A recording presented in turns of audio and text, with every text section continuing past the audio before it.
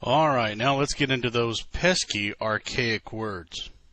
You know, the typical complaint we often hear is, well, that old Bible, it's just too hard to understand. It's too difficult. Well, but let's take a look and see just how difficult it supposedly is. Here's a verse in Esther, and we're going to concentrate on that word evil. I'm going to underline it there for you. Now, many people might think that that word is old-fashioned and archaic. So from the Alexandrian texts comes the English Standard Version. Now, not necessarily because it's an Alexandrian text is the problem here. The problem is they have consulted many dictionaries or lexicons or what have you, and they've had to change many of these words. Otherwise, they won't be able to have a copyright to prove that it's different. So they're going to take the word evil in the English Standard Version, and they're going to change that to calamity. Now, I would argue that evil is much easier to understand. Go ask a kindergartner what evil is. Most of them know. Most of them are probably very capable of practicing this at a young, mischievous age.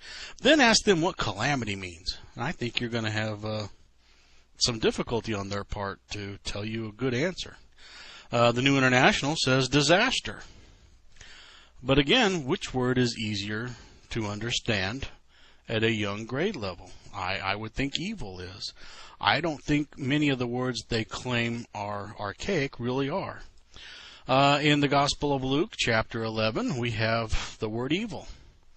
You'll notice that I've gone ahead and underlined the whole sentence or the whole last part of the phrase that mentions evil.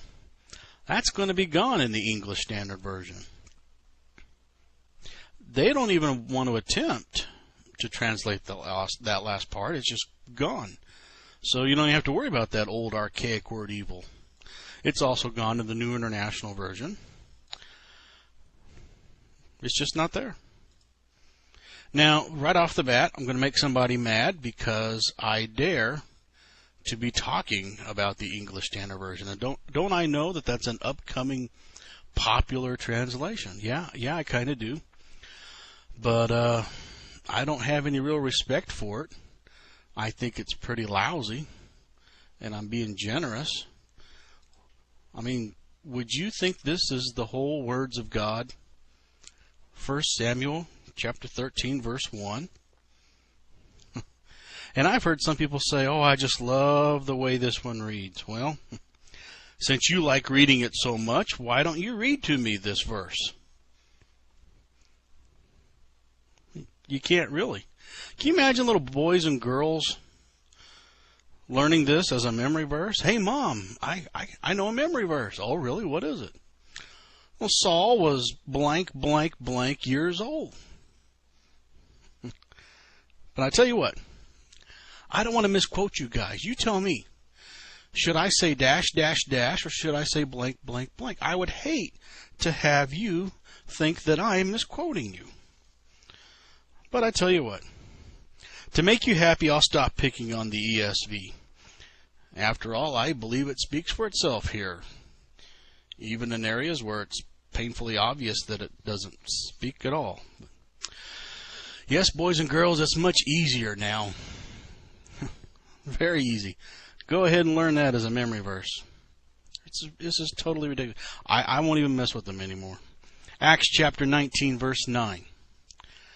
Now, the word evil is showing up right there. I'm going to underline it. And what's the New International say about that?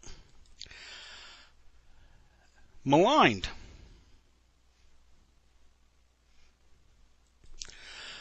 Maligned. Now, maligned, yeah, you look it up in the dictionary. It mentions evil.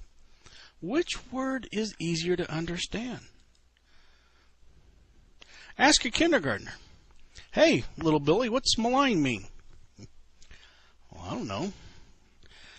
All right, well then what's evil mean? Well, most of them know. You don't need to be a child scholar to know what evil means, okay? But on some of these newer translations, you have to be a pretty good scholar to know what these other words mean.